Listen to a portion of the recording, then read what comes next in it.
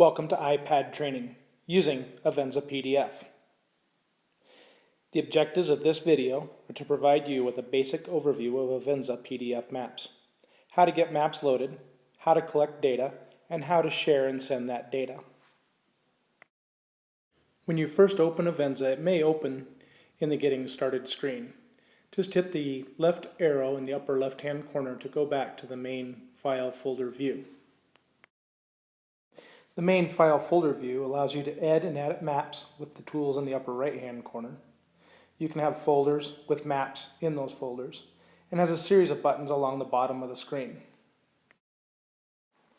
The button along the bottom that says Layers next to the Maps button will allow you to open up data that has been collected.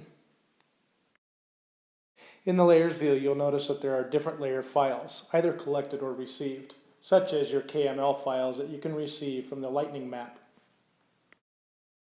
The shopping cart at the bottom of the screen takes you to Avenza's map store. Some of these maps cost money and some are free. If you click the Find Maps button, it will take you to a map and load maps that are in your local area. This page shows some maps in my local area around Dillon, Montana. These are the local USGS quad maps, and most of these are free of charge. You can load your own custom maps by pushing the plus button in the upper right-hand corner of the screen.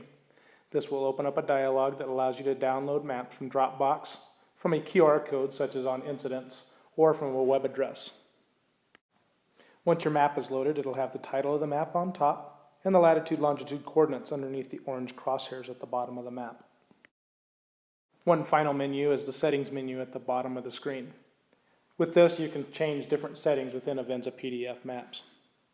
Next, we'll discuss working with your map that you have loaded into AvenzaPDF. Once your map is loaded, you'll have the title of the map and latitude-longitude displayed along the bottom. Also along the bottom, you'll notice you can turn on and off your GPS unit with the arrow in the lower left, collect waypoints with the pin, display of lat-long, layers, and other tools that you can use within AvenzaPDF. Clicking the pin on the bottom adds a waypoint underneath your crosshairs. You can click the letter I to add information for that waypoint on your map. It opens up a dialog where you can change the title, take a georeference photo of it, and change the icon. Next is the wrench in the lower right-hand corner. Under that tool, you can take measurements and measure either a polygon or a line, record GPS tracks, find coordinates, and plot photographs. Next, we'll discuss exporting data that you've collected in the field. To export data, press the pin with the lines next to it button on the lower right-hand side of the screen.